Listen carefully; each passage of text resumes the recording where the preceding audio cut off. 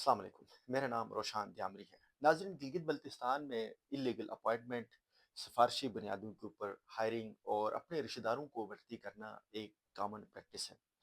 گزشتہ ایک عرصے سے اتنے زیادہ اللیگل اپوائنٹمنٹ ہوئی ہیں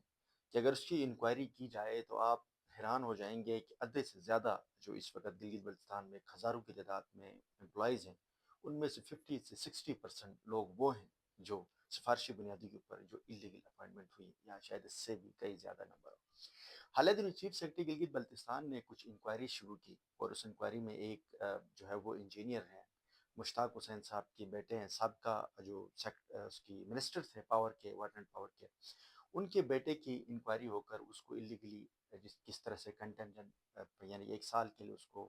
فکس سیلری پر رکھتے ہیں، پھر اس کے بعد اس کو ریگولر کیا جاتا ہے، انکوائری ہوتی ہے، اس میں اس کو ڈسمسل فرام سروس کیا جاتا ہے۔ اس کے ساتھ ایک سیکشن افسر ہیں، ان کی بھی اس کیس میں جو ہے اس کو بھی سزا دی جاتی ہے۔ انفارچونیٹلی یہ ہوتا ہے کہ اس ڈپارٹمنٹ کی سیکٹری جو متعلقہ ہوتا ہے، اب اس لیے اس نے کہیں نہ کہیں تو کہا ہوگا ایسا تو ہو نہیں سکتا کہ کوئی سیکشن افسر بغیر کسی آئی آفیشل کے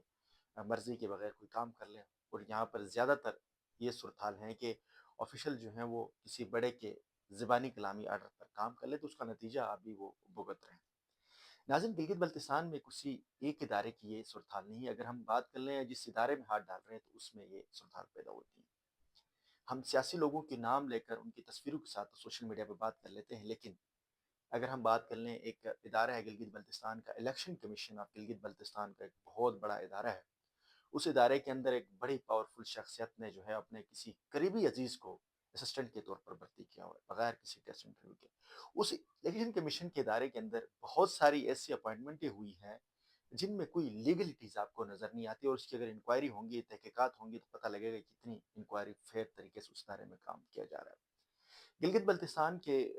طول و بل میں آپ جس ڈپارٹمنٹ کو اٹھائیں، ہیلتھ کی اگر میں بات کر لوں تو ضلع دیامیر کے اندر گزشتہ سال ایلچویز کی کچھ اپوائنٹمنٹ ہوئی تھی، اور اس میں جس طریقے سے سفارشی بنیادی کے اوپر ان پڑھ لوگوں کو بھرتی کیا گیا، آج تک اس کی انکوائری کی جو رپورٹس وہ فائنل نہیں ہو سکی۔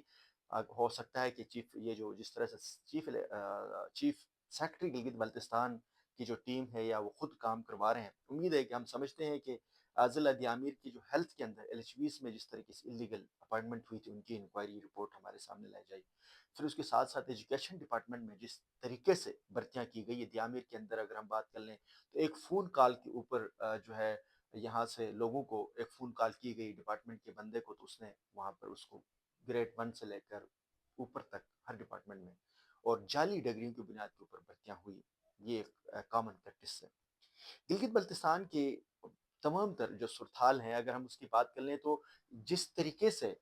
جو ہے بغیر ٹیسٹ انٹرویو کے سفارشی لوگوں کو اکوموڈیٹ کیا جاتا ہے، اس کے نتیجے میں جو گلگت بلتستان کی لاکھوں کی تعداد میں ہمارے جو یونیورسٹی سے فارغ تحصیل لڑکے ہیں وہ بے روزگار بیٹھے ہوئے ہیں،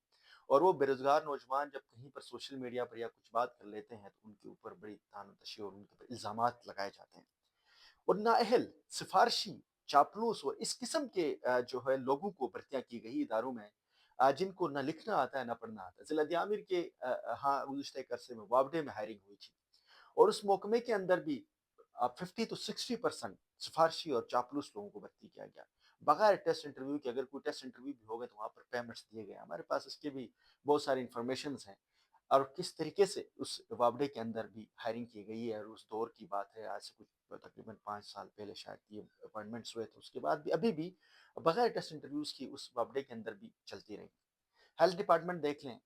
اور الیکشن کمشنر اب گلگت بلتستان کے اندر بھی یہ صورتحال ہے۔ آپ جس ڈپارٹمنٹ میں دیکھ لیں، جو بندہ پاورفل آتا ہے وہ اپنے کسی رشتہ دار کو اکوموڈیٹ کرواتا ہے۔ ایون صورتحال یہ ہے کہ جو پرائیویٹ انجوز ہیں، ایک کے آر ایس پی جیسے ادارے، افغان رولر سپورٹ کے پروگرام اور ان کے جتنے بھی سب ادارے ہیں، وہاں پر بھی سفارشی بنیادوں کے اوپر لوگوں کو اکوموڈیٹ کیا جاتا ہے۔ حالیہ دنوں ہم نے جب ایک جنرل کوشچن سوشل میڈیا پر کی تو ہمیں بہت سارے لوگوں نے سوشل میڈیا پر پرسنلی کال کر کے بتایا جی کس طریقے سے جو اہل لوگ ہیں ان کو باہر رکھ کر سفارشی بنیادوں پر لوگوں کو اکوموڈیٹ کیا جاتا ہے۔ گلگت بلتستان میں آنے والے عرصے کے اندر یہ جو سفارشی اور کلچر کی بنیاد کے اوپر جس طرح سے بھرتیاں کی گئی اور جو پڑھے لکھے نوجوان ہیں، باشعور ہیں، اور ان بیچاروں کو بے روزگار کیا جائے، اس سے صورتحال مزید خطرناک ہوں گے۔ کچھ لوگ سرکاری نوکریوں کے ساتھ سوشل میڈیا پہ بیٹھ کر صحافی بنے ہوتے ہیں، اور وہ اداروں کی چاپلوسی اور ٹاٹ گیری کرتے ہیں اور ترجمانی کرنے بیٹھے ہوتے ہیں۔